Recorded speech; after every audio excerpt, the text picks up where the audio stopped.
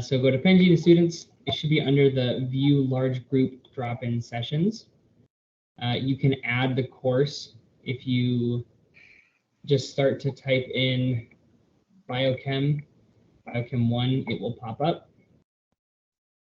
And it will pop up right here. It'll get you to this screen, and you just click check in now.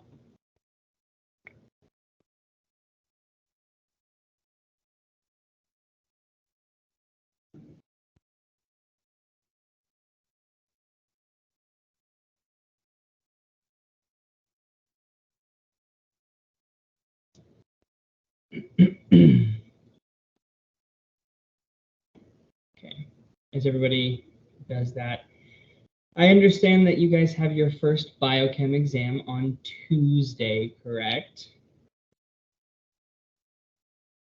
Yes, sir. How's everybody feeling about that?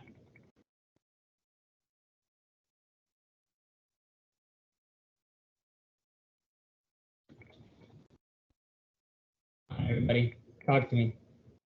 Your videos are helping. I feel pretty confident going into it. Okay. I feel pretty good about like the quizzes, but I've also heard that like the tests are a lot more difficult than his quizzes. I mean, if you're not actually trying to take the quiz, if you're just using your notes and control Fing everything, yes, they're more difficult. But in all reality, they're pretty comparable. I think that's why I'm most scared about the time. About the what? The time? The timing? Like how long you have to take it. Yeah. Do you have any tips for that? Part of it is pace yourself. Most of your tests, I personally, the way that I take tests, is I will keep next to me like a piece of notebook paper or something. And as I go through questions, if there's a question that I answer, like I'll try and answer each question as quick as I can.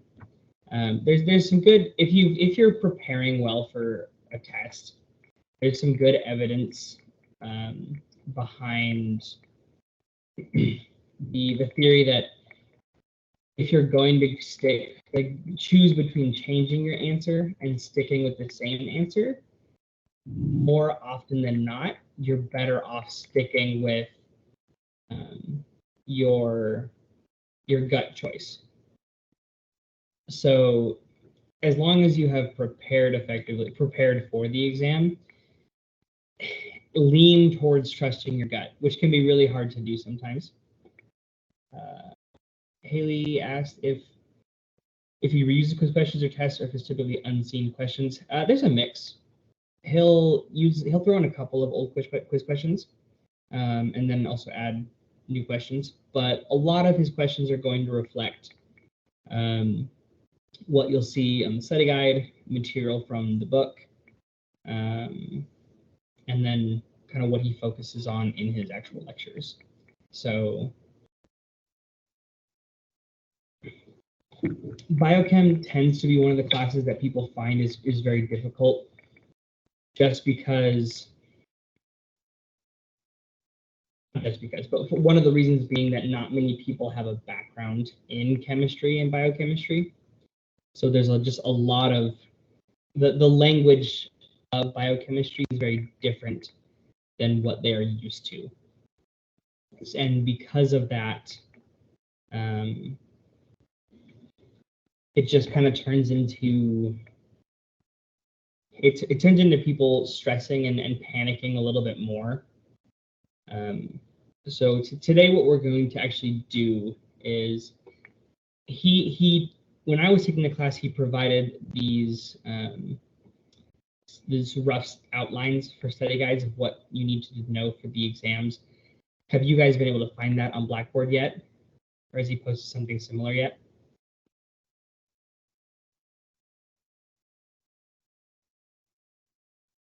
Yeah, Yes, I think he showed us one today.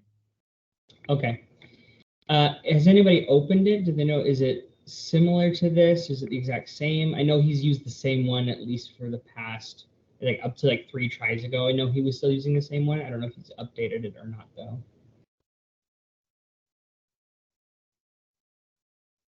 It looks relatively the same. Yeah. Okay, good. So today, it says it's similar but not exactly the same. Okay.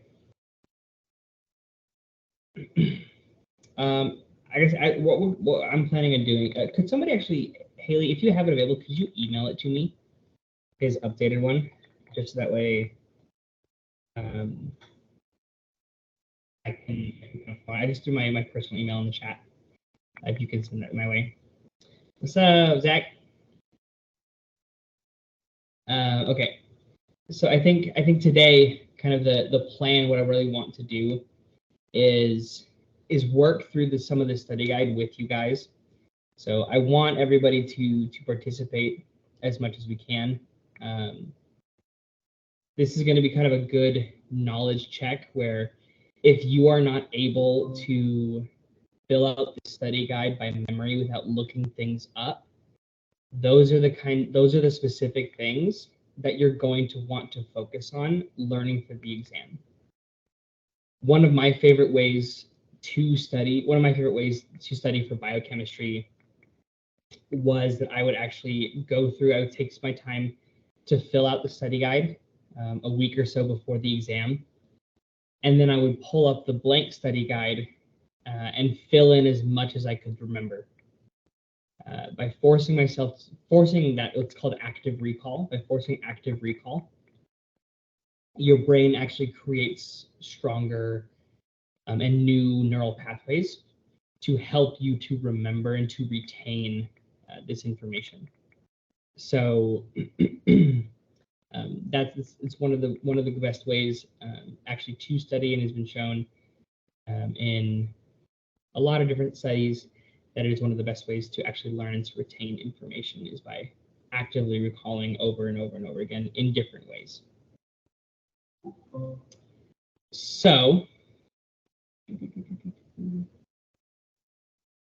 those of you, if you want to participate through the chat or in person, and then at the very end, with everything that we get through in this session, I will share with all of you guys. That way, this is kind of going to be a group effort, being that we can all work together. And actually, I'm going to go ahead and share this with all of you guys right now.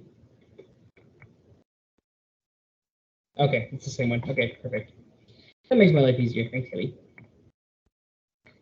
So if you're able to come in here and jump on this as well, we'll start working. It's a little bit out of not formatted exactly right, just because of having to convert it to a Google Doc. Sometimes the things get a little bit messy, but we'll all work on straightening that out as we go along. So the couple ways that you can participate, either you can voice in through the chat, or you can even go ahead and we can have people start to write what they're thinking. So let's start with the very first one. So know how ions are formed, positive and negative ions. So what can we talk about with positive and negative ions? The difference between them and how they're formed.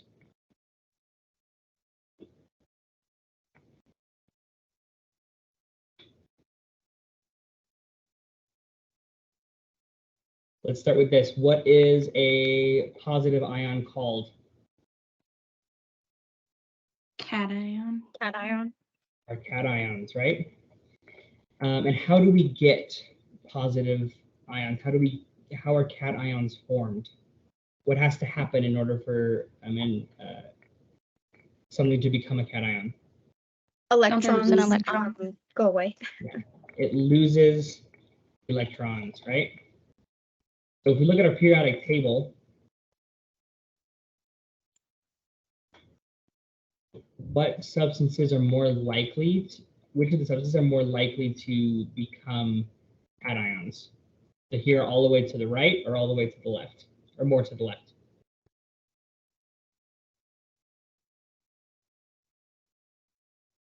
left. Things here on the left, so stuff like beryllium, magnesium, calcium. Calcium is a really, really big one. Also potassium. If you recognize calcium, potassium, sodium, all of these are the three really, really big ones that we'll talk a lot about, are also hydrogen. These ones are our main cations in a lot of our reactions. And we think are the ones that we mostly see that are negative. Oxygen is a really, really big one. Chlorine, sulfur. Those are the main ones that we're going to see in this class. The reason being why these ones tend to be negative and these ones tend to be positive is due to the valence shell of the electrons. Who can tell me what the valence shell is?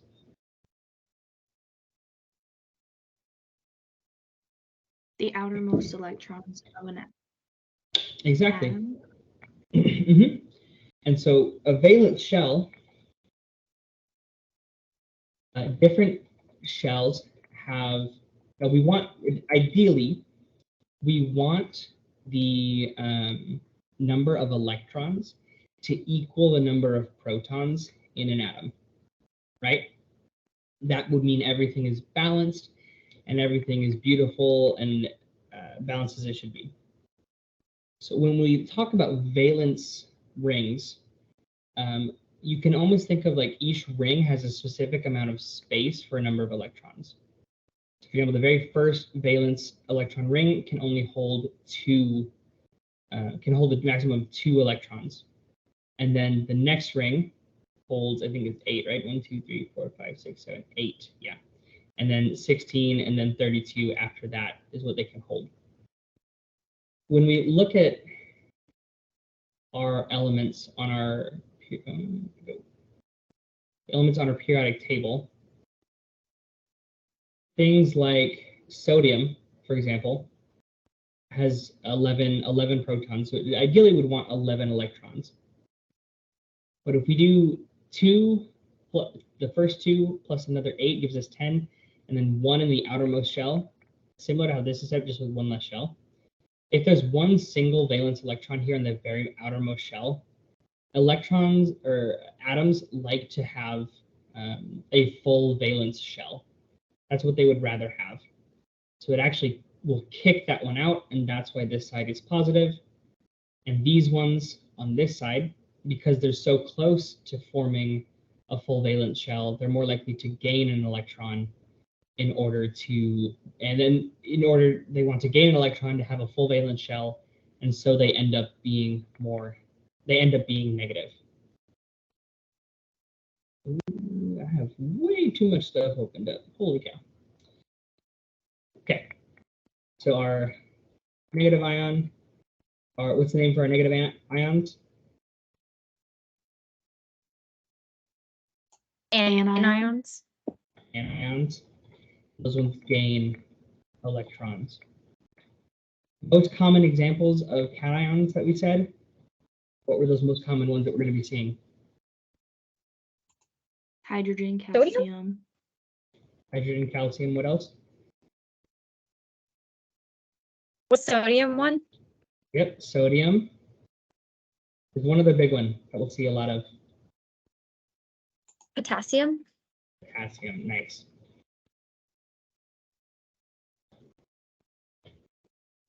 And then our anions, what are some of those common ones that we're going to see that we deal the most with in biochemistry? Chlorine. Chlorine, yep. What else?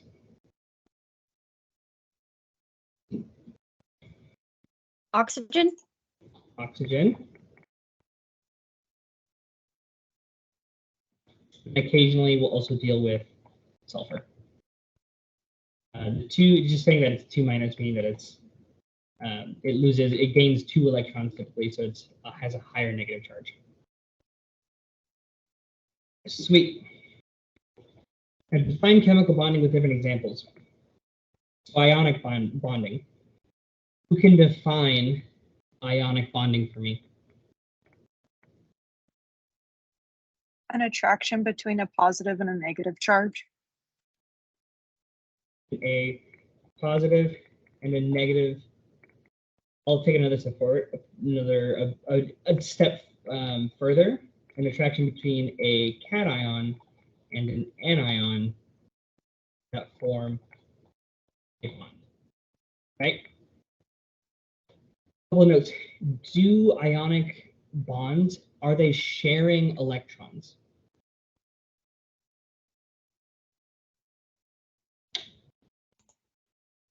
Isn't No. it complete transferring? Perfect. So there is complete transfer of electrons, and then charges attract the ions together. Perfect. We get into covalent bonding. Who can define what covalent bonding means? Sharing of electrons? Exactly. So the covalent bond, it is a chemical bond that involves sharing of electrons in order to have those electron pairs and have that end up with those full valence electrons. We have a slight difference. We have nonpolar versus polar covalent bonds. Who can help me define nonpolar? Equal sharing of electrons? Mm-hmm. Equal sharing of electrons. What about polar? Unequal sharing. Unequal sharing. What is our most common polar molecule in the human body? Water. H2O. That's our beautiful one. Can we think of some other types of possibly other examples of covalent bonds in general? What are some AKAs for covalent bonds that we've learned? H2 and O2 and N2. So those are some common ones that can form, right? I'm thinking, what about when proteins bind together? They form covalent bonds, right? When peptides, when amino acids bind together, they're forming covalent bonds. What are those covalent bonds called? Peptide bonds. Peptide bonds. So we have amino acids binding together, another type of covalent bonding. Actually, jumping back one sec, what's an AKA for ionic bonding? Electronegativity bond? Close, it's electrovalent. Valent. Electrovalent. A lot of these AKAs, they're not like super important, but it's one of those things where it might pop up on one question, and by knowing that definition that it's an AKA for it, that can easily be a free point. So that's why we want to throw that in there and include that. Okay. Hydrogen bonding. What is a hydrogen bond? What's our definition of a hydrogen bond?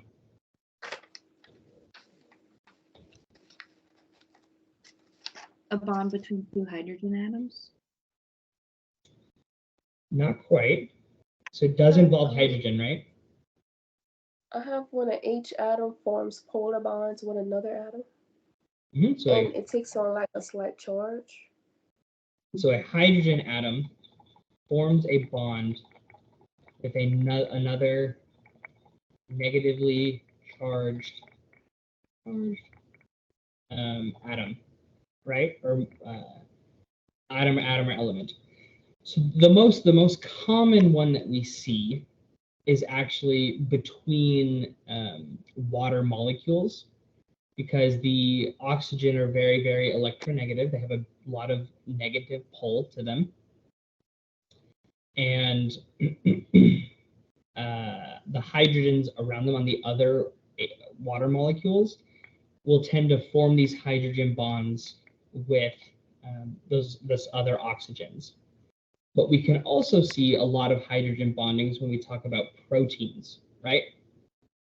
If we think about proteins and hydrogen bonding, what stage of protein creation, or we had primary, secondary, tertiary, and quaternary, which stages heavily rely on hydrogen bonding? Is it tertiary?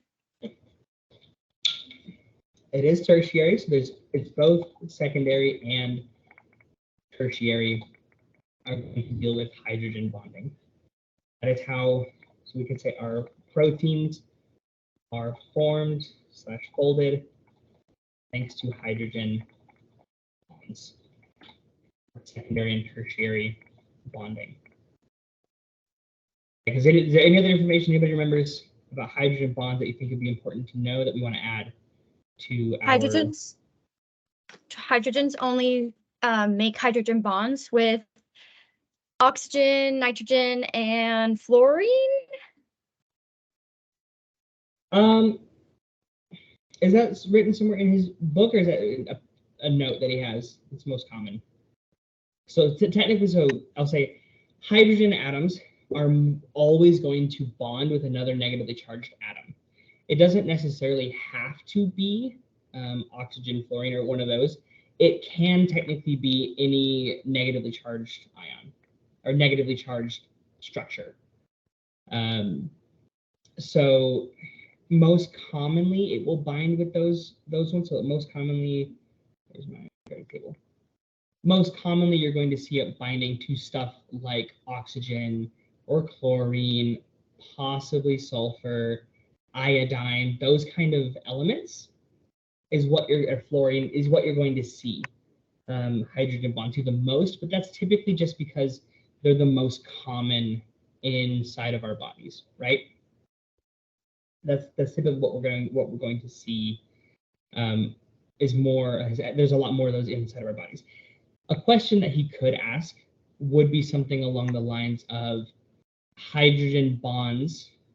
So example question: hydrogen bonds form with all of the following elements except, and what sort of answer choice would you be looking for?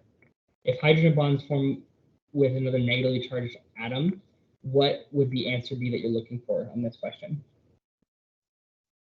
Any kind of positively charged atom? Exactly. Anything that is positively charged. Charged. Good. And that's kind of that's a really good test taking strategy, is to, if you know the information well enough to kind of lump it into groups, most often there are the questions that you're going to see. I'd say 90% of the time, if you know the material, 2 answers are going to be blatantly wrong, and there's going to be one answer that's close to the correct answer, and then the correct answer. That is typically how most teachers write their exams. So if you're able to identify which ones are obviously wrong and cross those 2 out right away, it essentially leaves you most multiple choice questions, as long as they're not Pka, can come down to pretty quickly a 50-50 shot, which personally I would take a 50-50 shot over a 1 in 4 shot any day. So a little test taking tip there for you guys. Okay, thank you to whoever's, I don't know.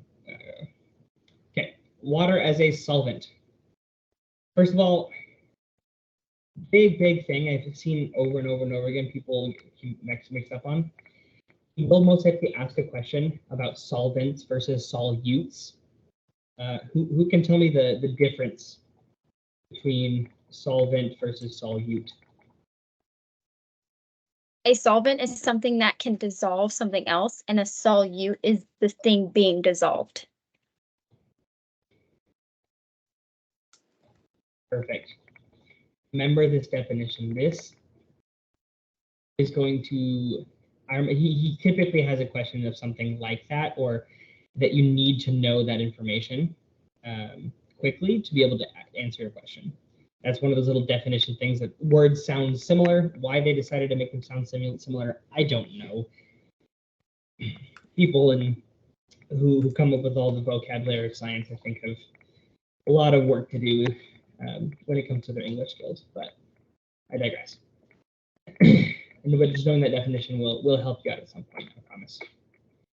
Okay, we talk about hydrophobic versus hydrophilic reactions. What do we mean by when we talk about hydrophobic? Water hating. So it fears or hates water. So if you have a hydrophobic solute put into an aqueous solution, what will happen? In other words, if you see the word aqueous, referring to if you put it in water, the definition. So if you put a hydrophobic solute into an aqueous solution, what's going to happen? The heavier substance will sink, like water and oil. Exactly like water and oil. The main idea being that they do not mix. I'm sure you've heard him say his lovely catchphrase, like dissolves like, right? So looking at some of these different things, we can think of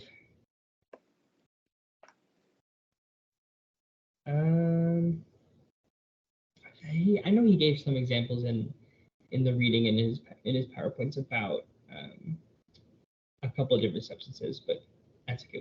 We'll go back to that. Understanding so that water, if we're talking about water, right? Was water a ionic bond or covalent bonds that make up water?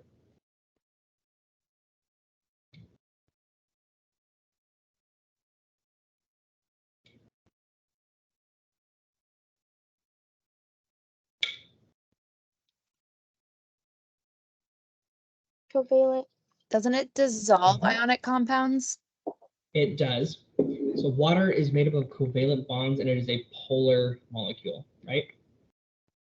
Water being polar means that anything else that is also polar, whether that be like a polar covalent or also ions, are technically polar because you have one side that's highly negative, one side that's highly positive, right?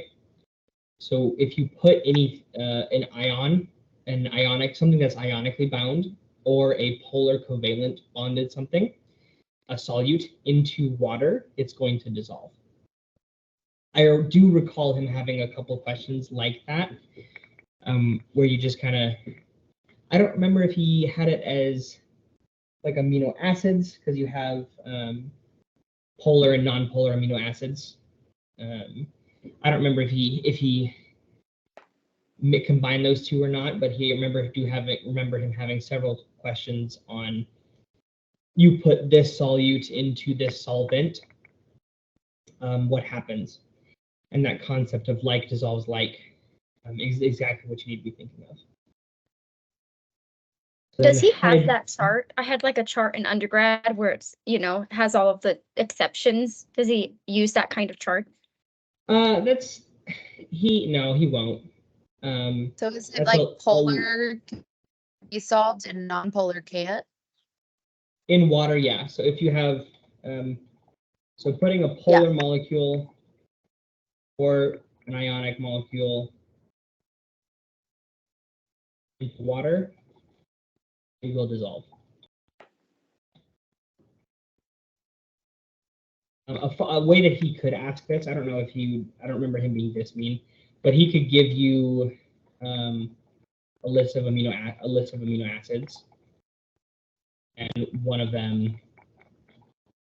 polar amino acids, and he'll ask which of the following will dissolve in water. It combines the understanding of the different amino acids along with the like dissolves like concept.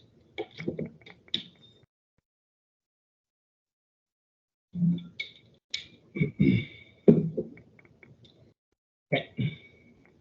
Hydrophilic interactions. Hydrophilic is just, it's exactly the opposite. Water loving.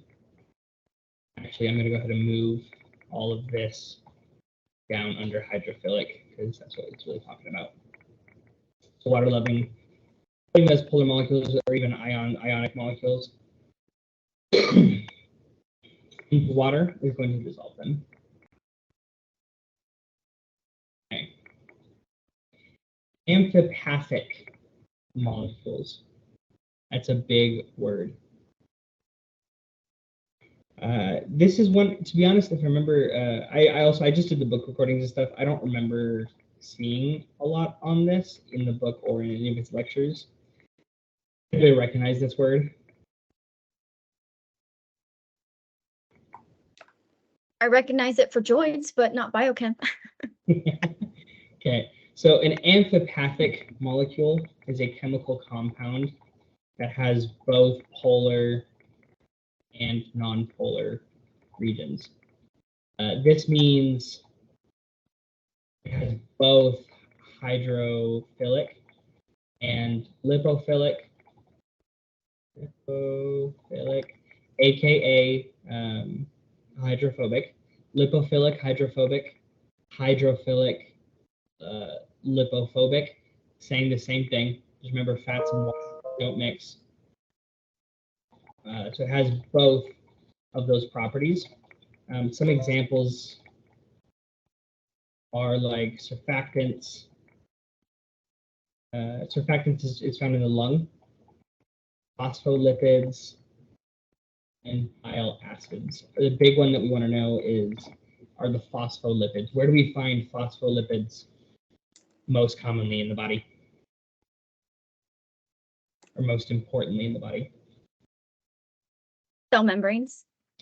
The membranes are phospholipid bilayer, meaning that we have 2 layers of phospholipids with the hydrophilic sides pointing out and the hydrophobic portions inside that control what goes in and out of all of our cells, and which is actually why we need to understand biochemistry as far as like disease process and actually how the body works. Let's see. If we recall, there's actually another word when we talk about chemical compounds or chemical compounds or molecules that have 2 different types of properties that can act, not talking about hydrophilic or hydrophobic, but talking a little bit further ahead about acids and bases. There's a name for the chemicals that can act as both an acid and a base. Does anybody recall what that's called? Amphoteric. Was it the Zwitterion? Good, it is the Zwitterion. The Zwitterion is going to be one of those that acts as both an acid and a base. Right, give me 1 second, guys, real quick. I'll be right back.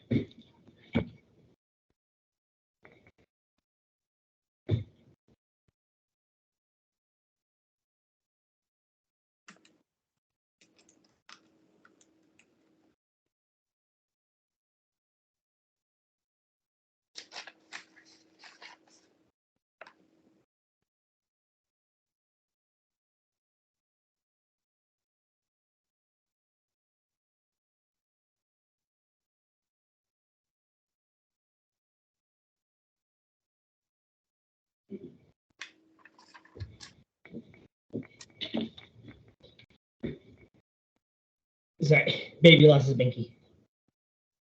Okay. Considering tonicity, hypertonic versus hypotonic versus isotonic. These ones, let me see. How do we feel? Do we want to keep it going in this way, or do we want to jump ahead to later material? What do you guys want to do? I think this is great, personally.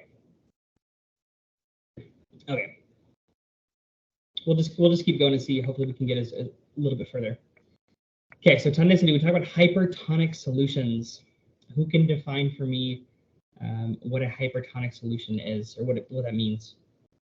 Is that when the cell shrinks? Cell is going to shrink. Why does the cell shrink though? Isn't it due to the concentration on the outside of the cell? So what about the concentration on the outside of the cell? How is There's it different? greater osmotic pressure causing the water molecules to move out. Yeah, so there's greater concentration of stuff or solutes outside of the cell. This causes greater osmotic pressure, which means the cell shrinks. Water goes out of the cell. Awesome. About hypotonic solution.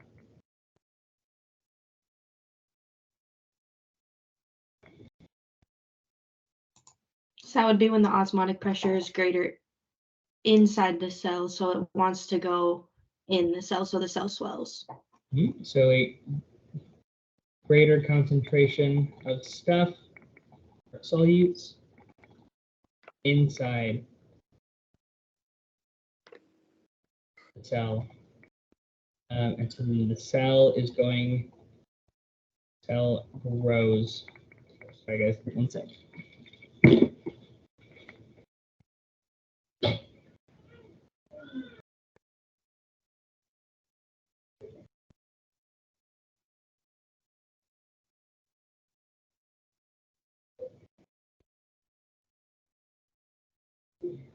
Yeah. Hey. Chill, it's chill. Come on, I'll nap you. Relax. I got you. I know. Nap time is evil, I know. We just want to party all the time. Hi.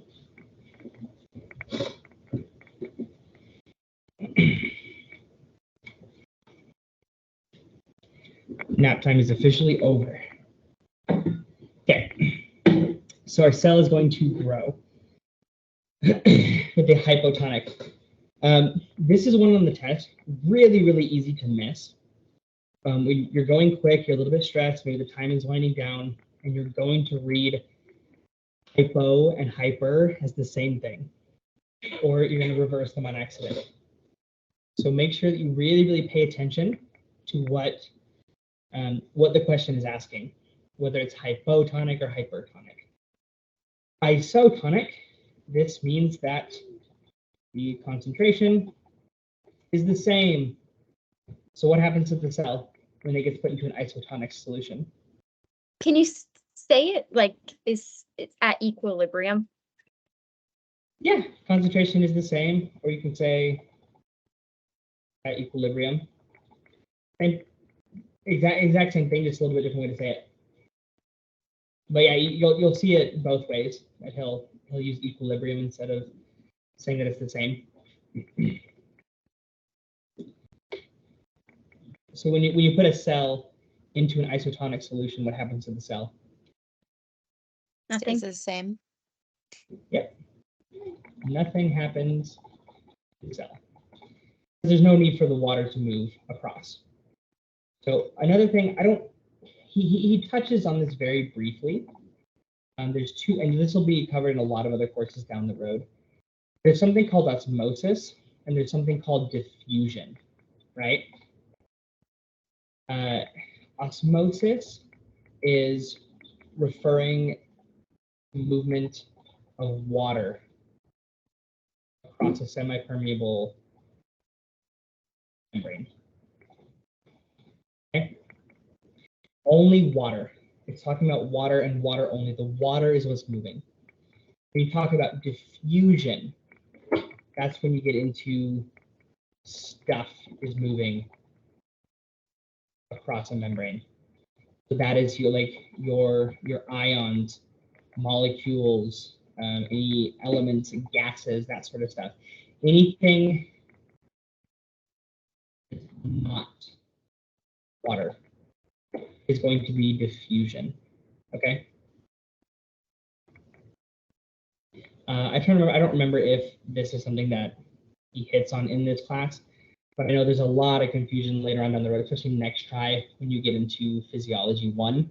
That is you'll start off the try talking about osmosis and diffusion.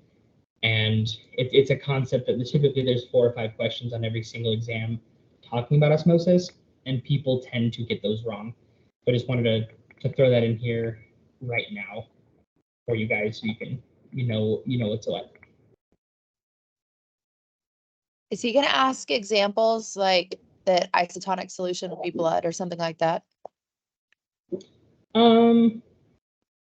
Probably not in that way. He'll stick to saying hypertonic, hypotonic. Like he'll say you put a red blood cell into a hypotonic solution, what happens?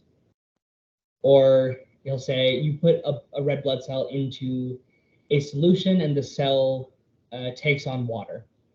The solution, you know that the solution is what? The solution is hypotonic.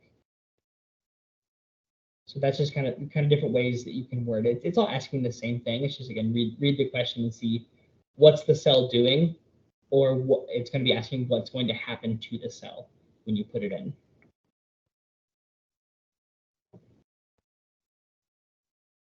Okay. Acid. You can define, so there's technically 2 different definitions of acid, but he hits on one specifically that we're going to use for the purpose of biochemistry. Can you tell me what the definition of acid is? Is it based on like the pH level, pH scale? It does have to do with pH. pH is based off of what ion? Hydrogen? It's based off of hydrogen.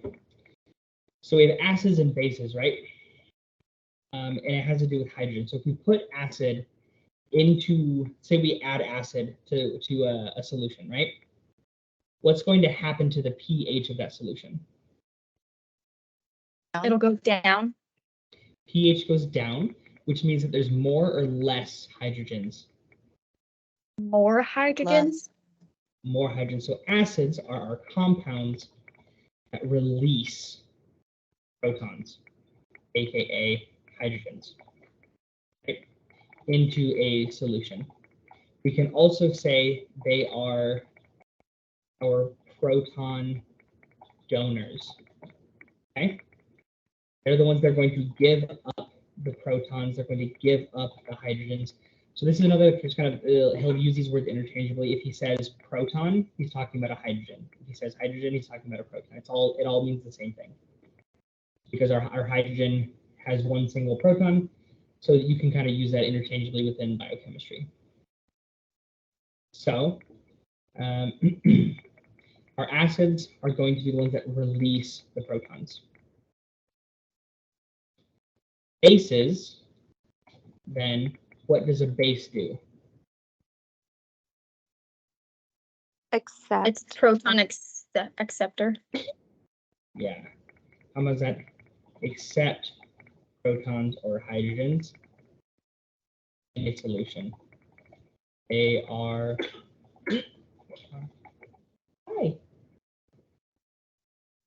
acceptors.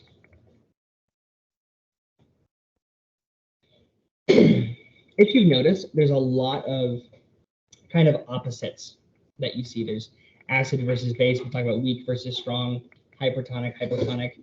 So it's one that another study strategy, if you're a little bit pressed for time, as we all always are, really, if you know, you really only need to know what one of them is. If you know what hypertonic means, just know that hypotonic is the opposite. If you know what an acid does, know that the base does the opposite. So like if you're making flashcards or studying, every time you see the word acid, or get into the habit of this, of where whenever you see something, you stop and think, okay, what's the opposite of this? And do I need to know what the opposite is? That way it saves a little bit of time in the long run of learning concepts, because you just have to really know one part of the concept rather than forcing yourself to review both parts of the concept. Okay, so weak, I'll actually do it like this. Down here, and we'll say strengths of acids and bases. So let's say strong versus weak, right?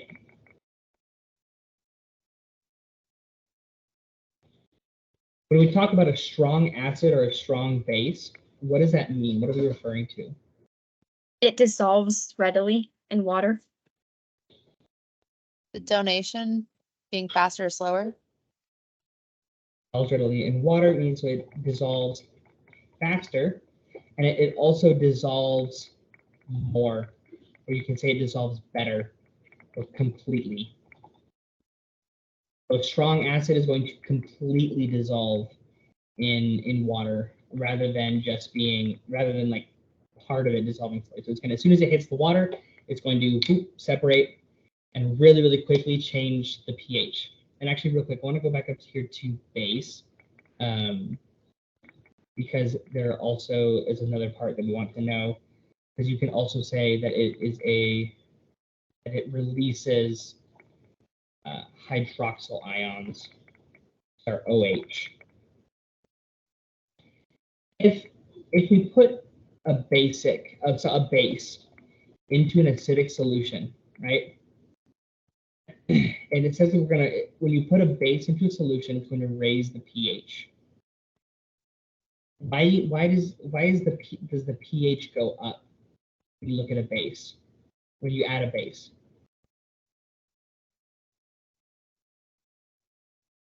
Because the hydrogen ions that were in that acidic base are going to bind to the oxygen ions. So the hydrogen, you release an OH, the bases are going to release an OH. It's perfect. There's a little tweak at the very end. So the base is going to release the hydroxyl groups, this OH minus, right? And our hydrogen is positive.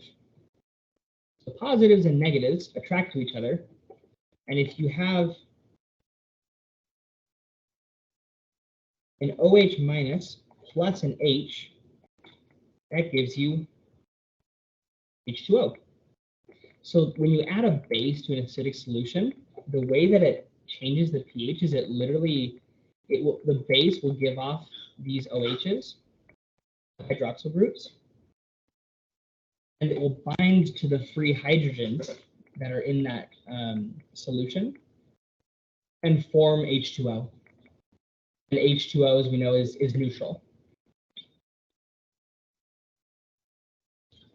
So that's the reaction that's taking place when you add a base to an acidic solution. I'm going to go back and add that just to know that the hydroxyl ions are a big part of the bases as well. It's all of these things, accepting protons, proton acceptors, releasing hydroxyl ions. It's all saying the same things, just in different ways. Is anybody confused by that or have any questions talking about acids and bases?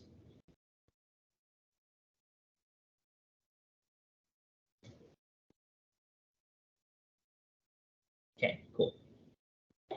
Now we're talking about buffers. Who can tell me what a buffer is? They resist change of pH. Good. What makes up a buffer? It's composed of two things, and this will be a test question, I promise. It's composed of weak acid and a weak base with a conjugate. So it's composed of a weak acid and its conjugate base. And that gives us some new words, right? Weak acid, conjugate base. When we talk about a weak acid, right? We already defined weak. Weak is referring to that it doesn't dissolve all the way, right? And an acid is a proton donor. So it's a proton donor that doesn't fully dissolve. Oh, look, what's the conjugate base though?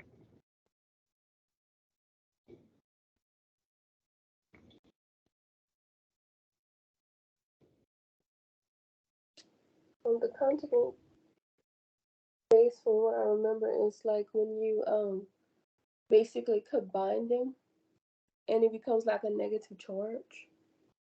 So if you think about the reaction, let me find real quick. There's a couple of specific conjugate bases that he likes. I think he used he liked to use that H2CO3, something like that. It's one that he does use. There's another one though. I remember. Biochemistry. Buffers. Here we go. Yeah, he will use that one, or he also uses acetic acid. So ones that you will see, we do so examples. We'll do a couple of these. Actually, we'll do this one for the bicarbonate buffer. The bicarbonate buffer is actually, you'll learn more about it in another class. He just kind of gives a nice little intro to it. The bicarbonate buffer occurs within the blood to maintain our blood pH balance. So we have a weak acid that is H2CO3 is the one that he'll use for this one. So the weak acid H2CO3 is going to break down, it gives off of hydrogen. It's an acid, and then we're left with HCO3 minus. This part right here, the HC3O minus, is our conjugate base. So it's something that will, essentially what it's saying is that it's going to be what will re-accept the hydrogen to reform the initial weak acid. So for example, if we had a bunch of H2CO3 and we added H2CO3 into a solution, it's going to start to break down and give off hydrogens and lower the pH of that solution. If we wanted to raise then the pH back to more of a neutral setting, we would add more HCCO3 and it would start to uptake those hydrogens and restore the pH in that solution. So you just say whenever you have a weak acid and it dissolves into a hydrogen and its conjugate base. So it is, let me actually find a good definition from our lovely assistant Google.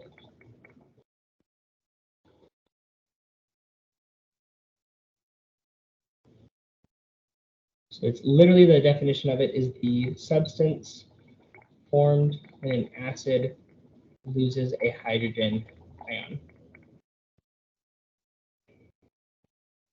Just give you a couple of different buffer systems. To be honest, these buffer systems, I would not worry too much about them. Like he might mention, the ones that he does mention, he mentions the bicarbonate buffer. He also mentions acetic acid. So that might be one.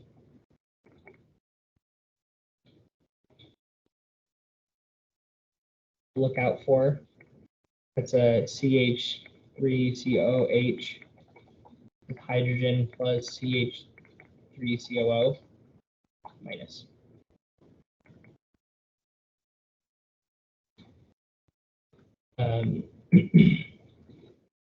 I feel like I remember him talking more about this one because it's conjugate base, and the conjugate base of acetic acid, which is acetic acid, goes to hydrogen plus acetate. I remember him liking this one as well as the bicarbonate buffer. These other two, the hemoglobin buffer and the phosphate buffer, to be honest, I just read the book as well. Like I don't remember him really talking about those. Really, like he shows them, like he mentions them as part of like important buffer systems.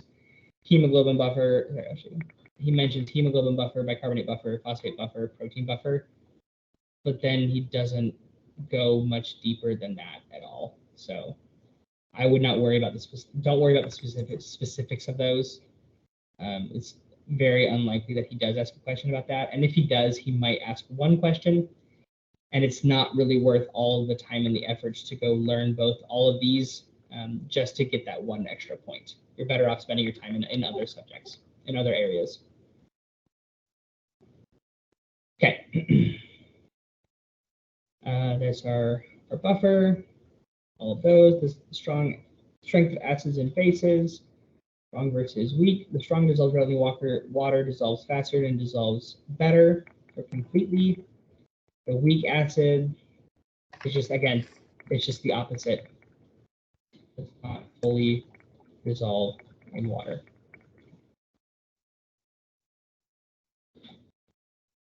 Okay. Any questions, confusion up to this point? Do you feel like you want to re-talk about or re-go over, or general questions about test taking or anything like that yet? No, everything's good so far. Thank you. Good. Any point something is a little bit confusing, or like, hey, can you slow down and re-go over that? Please let me know. Because I promise if you're thinking it, somebody else is also thinking it.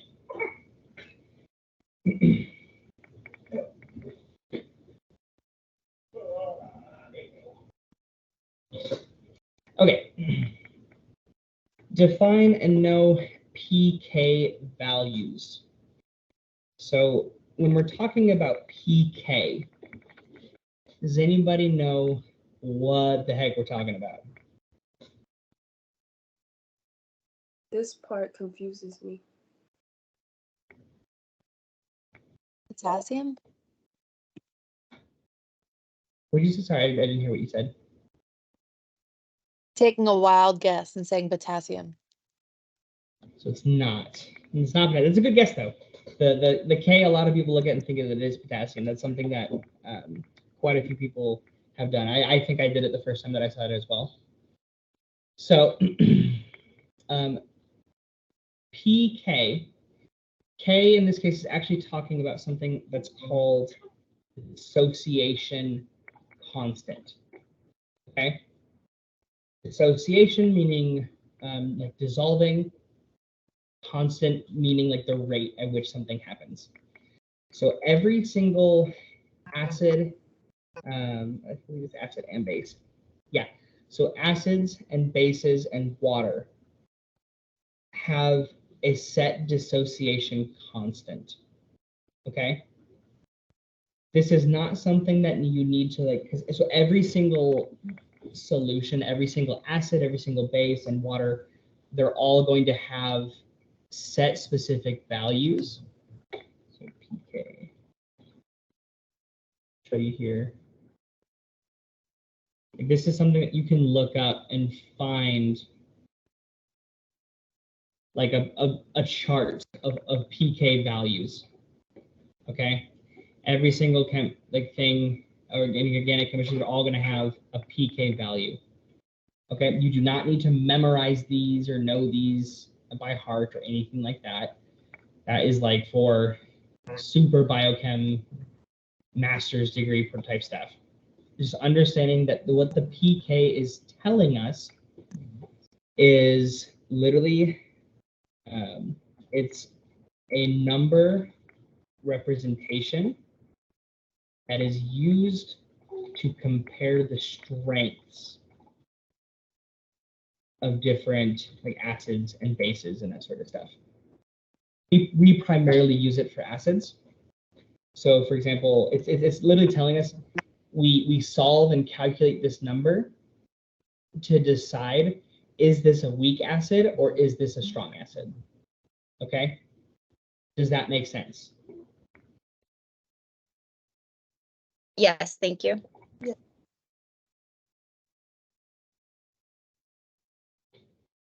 So he won't really ask you this. I know weak acids are anywhere from -2 to 12 in a value, and strong acids are anything less than -2 value.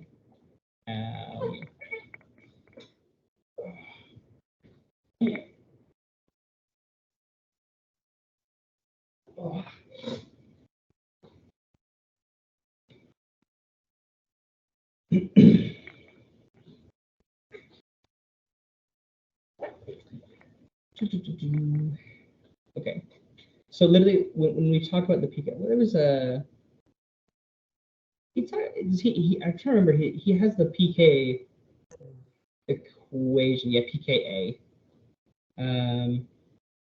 There's the equation. So this equation right here, pKa. Knowing what these values are saying. So this is this Ka. This is talking about the dissociation constant for an acid.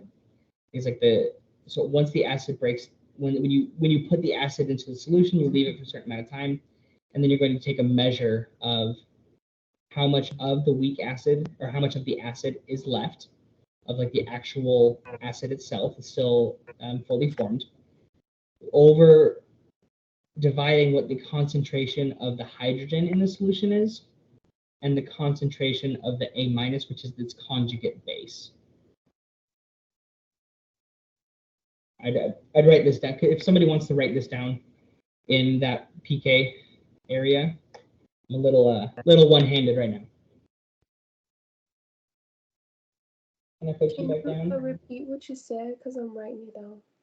Yeah, so Ka equals, the top part is talking about the number of the concentration of hydrogen ions multiplied by the concentration of the conjugate base divided by the concentration of the acid that was added to the solution.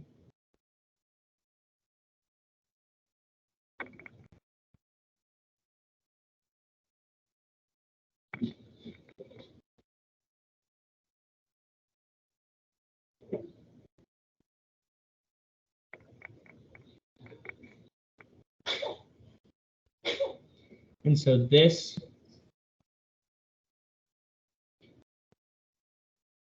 I'll even see if I can. Oh, there we go.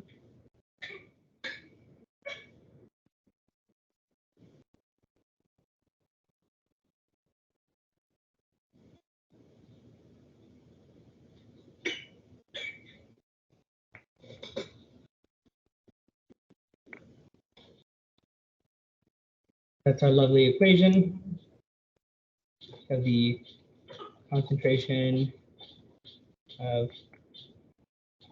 hydrogen atoms multiplied by concentration of conjugate base divided by concentration of fully formed acid to be initially added. And from this is actually, from this equation that they figured out, is where we get the Henderson-Hasselbalch equation from. So he's not going to ask you really to do math in this course, but understanding what this concentration, what this means, like what each part of the equation represents, is how he's going to test you guys on this material.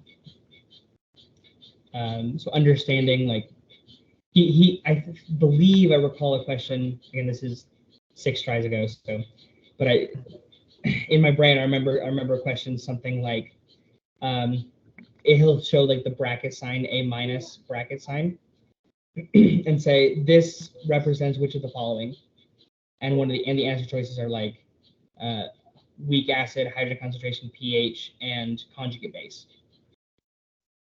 And you have to know what part of the equation that is referring to. And then, because we talk about this, so this is measuring the strength.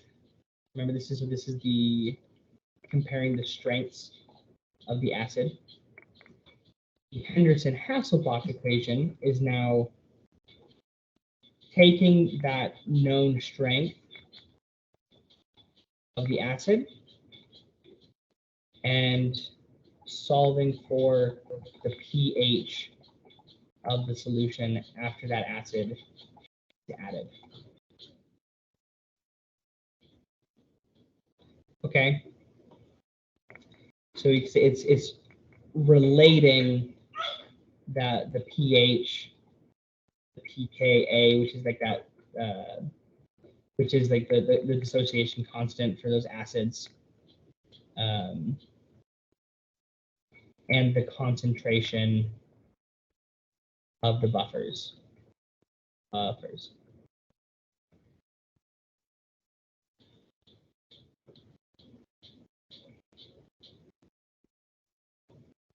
we just go I over know- real fast? Is the Mhm. A the conjugate base then, or the acid? Yes, just the A is the conjugate base. The HA down below is representing the acid with the hydrogen still attached. That is the actual acid itself. Can you go and use an example? Use an example of the equation, or what do you mean? Yeah, sorry. Use an example of like I don't even know, like an acetic acid. Like, is that the same as like earlier with the Yeah. bicarbonate buffer? Yeah, so let's say, so concentration is typically measured in moles, right? Molality, moles per liter. So let's say we have 5, big M is going to represent our concentration. 5 moles of acetic acid that we add into the concentration, into the solution, right? And leave it for 20 minutes or whatever the required amount of time is for. We measure the concentrations and we come up with the following. The way that they measure the concentrations is you can either use like light microscopy, or they can use like special, there's different ways, like the whatchamacallit, titration and that sort of stuff is how it's a lot of nitty gritty biochem, like lab type stuff that they'd use to actually determine all of these values. So we're not going to worry about it too much, okay? So again, this is not the actual values. This is just for an example. So we end up, let's say the hydrogen concentration after we've left for that time is 2m, 2 molar, so 2 moles per liter. The conjugate base, this is our hydrogen concentration, our conjugate base equals 1 mole, and then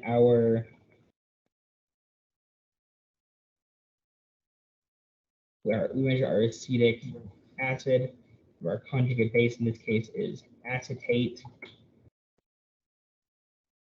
Okay, and that's going to be, let's say, 1.5 moles. To then find that constant, that dissociation constant, we would plug it all in. So it's 2 times 1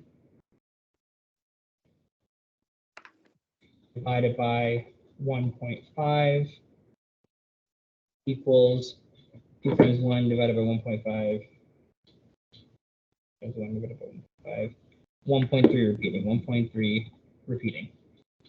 And that would be then be like, okay, this is our Ka value. And then we would use that Ka, okay, to determine, okay, is acetic acid, is it a weak acid, or is it a strong acid? In this case, because it's between -2 and 12, it's a weaker acid, right? And then we can also use this value and plugging it into the Henderson-Hasselbalch equation to then determine the pH of that solution. Great, thank you so much. Does that flow a little bit better in the brain? Yes, definitely. Good. Okay. Buffer. And again, these equations, like there's a lot to these equations. If you really want to know, like if you really want to master these equations, I highly recommend going to watch a video on Ninja Nerd. I bet you he has one. Ninja Nerd. Right. Yeah. Which part is the buffer? Because I know The with buffer? the Henderson Hasselbalch, yeah, it says it relates to pH, pK, and the concentration of the buffer. And I know it's the weak acid and the conjugate base, but which one is it in the Ka equation? So when we talk about the concentration of the buffer, we're referring to both the weak acid and its conjugate base. So you can, and the Okay, so the whole concentrations thing of just without the the hydrogen.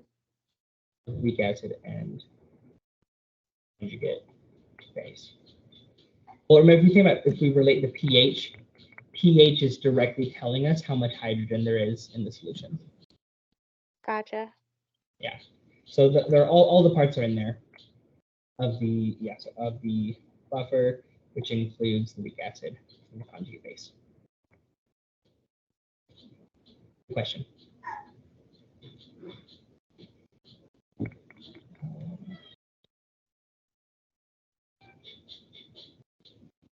Okay. So, kind of jumping a little back. So we know now. So the Henderson-Hasselbalch equation gets us now to pH. Now let's talk about actually pH itself, which we've already talked in circles around it. So pH literally is referring to the concentration of hydrogen atoms in a solution. Okay, so it's in a scale of 0 to 14, right? pH scale. Make sure that I. Yes, it is 14. Yeah, 0 to 14. 0 to 14 scale. 0 equals tons of hydrogen out the wazoo. 14, and also meaning hydrogen out the wazoo, acidic. 14 equals lots of, you can write it as two ways. Like essentially no hydrogen or lots of OH minus. Okay, you can write it either way. So if you, because like having tons of hydrogen means that you have almost no hydroxyl groups, no OH minus, or you can have no hydrogen and lots of OH, and that on the other end, and that is basic. Humans, we need to live between 7.35 to 7.45, or we die.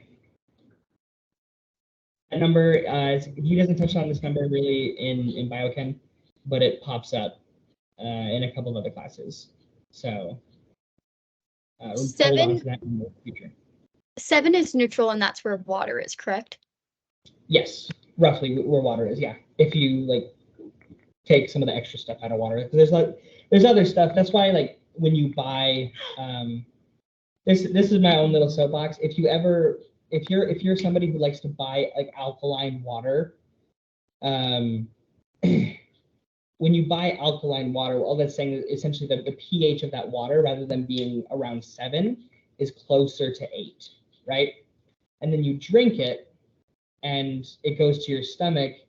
And what is stomach acid made up of? Stomach acid is hydrochloric acid. So literally, you're taking this alkaline water and putting it into an immensely acidic environment, which then just makes it acidic again.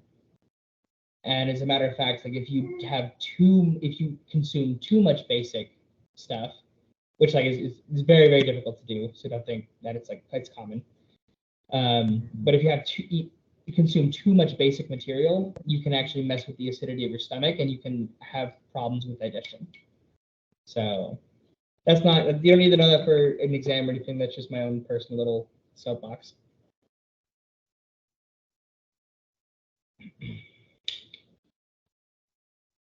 Okay. More.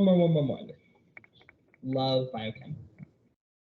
Know the relationship between pKa values and pH with the concentrations of the reactants and products formed. So really, we've talked about this already, right? The relationship of this of pK. Let me actually sure. Okay. About the same thing. That dissociation constant, whatever we solve for. So the relationship to know is that at equal concentrations of the conjugate base and the acid,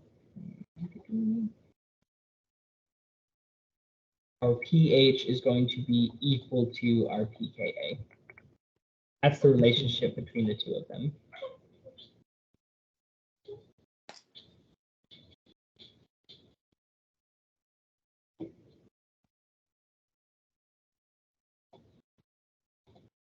This sort of stuff is probably like the equations and whatnot. Probably my least favorite thing to talk about, just because we don't actually get into it like fully in this course. It's just kind of like, hey, know the equation and roughly what it represents, and it is what it is. Unfortunately, they do tend to trip people up quite a bit. So if you find yourself still being confused kind of by what we're talking about, again, I highly recommend Khan Academy, Ninja Nerd. Literally just type into YouTube, explain pKa, and I promise you there are hundreds of videos, anything that's like ranging 2 minutes to 3 hours, going over every single part of it and how to understand it. Okay.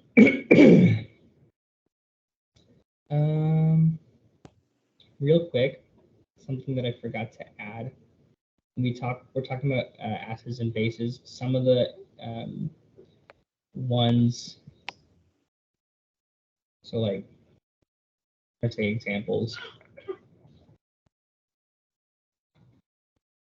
Everybody uses in class uses carbonic acid and phosphoric acid for weak acids. For strong, hydrochloric acid, which is our stomach acid, you'll see it as HCl, and sulfuric acid. These are just some of the examples that he's used in his PowerPoints and in his book. He doesn't typically throw those, because he doesn't throw a lot of those in there, but just in case he does. Weak ones, we have ammonium hydroxide, one he mentions, and then the strong, he has sodium hydroxide and calcium hydroxide.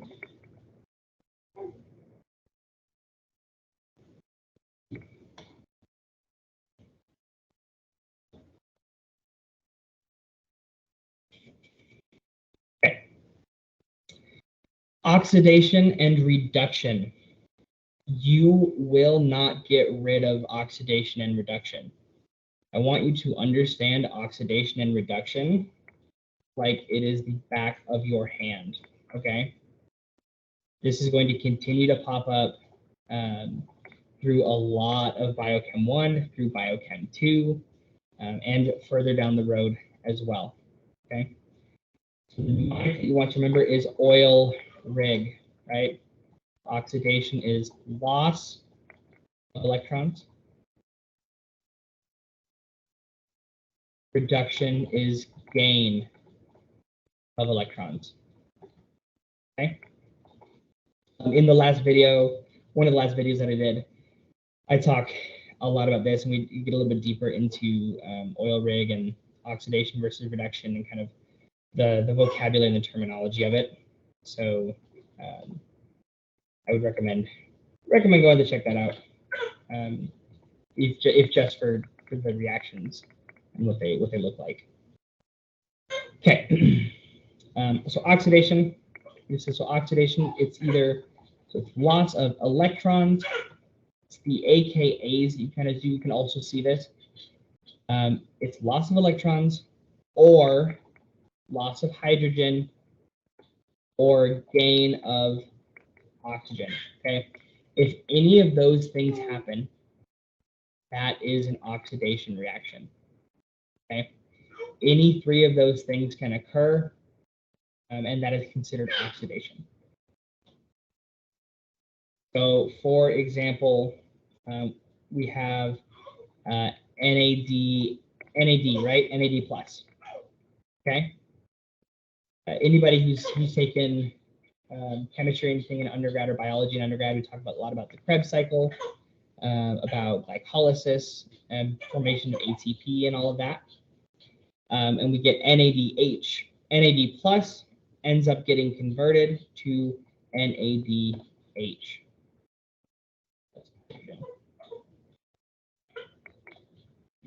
It's when we look at this, we have the NAD. So describing this, NAD plus gets oxidized to NADH. That's how you describe that. And you'll see that's one example. It'll also be electrons or gaining of oxygen. Any of those reactions, again, is considered oxidation.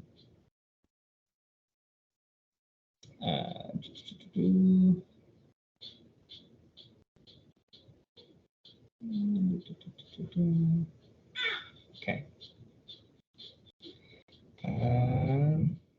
This is so what I have written in my notes. This is what I have written in my notes before. It says this type of reaction occurs when you have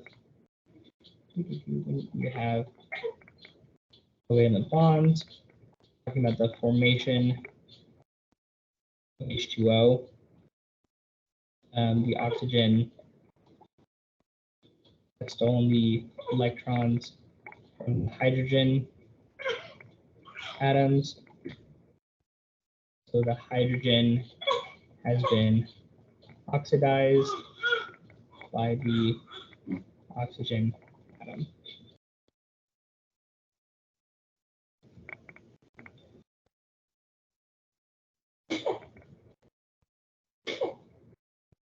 That's you. I don't know if you guys can hear that. You just sneezing over here. Okay. There's one other thing I had written. Okay. This is more for vocab.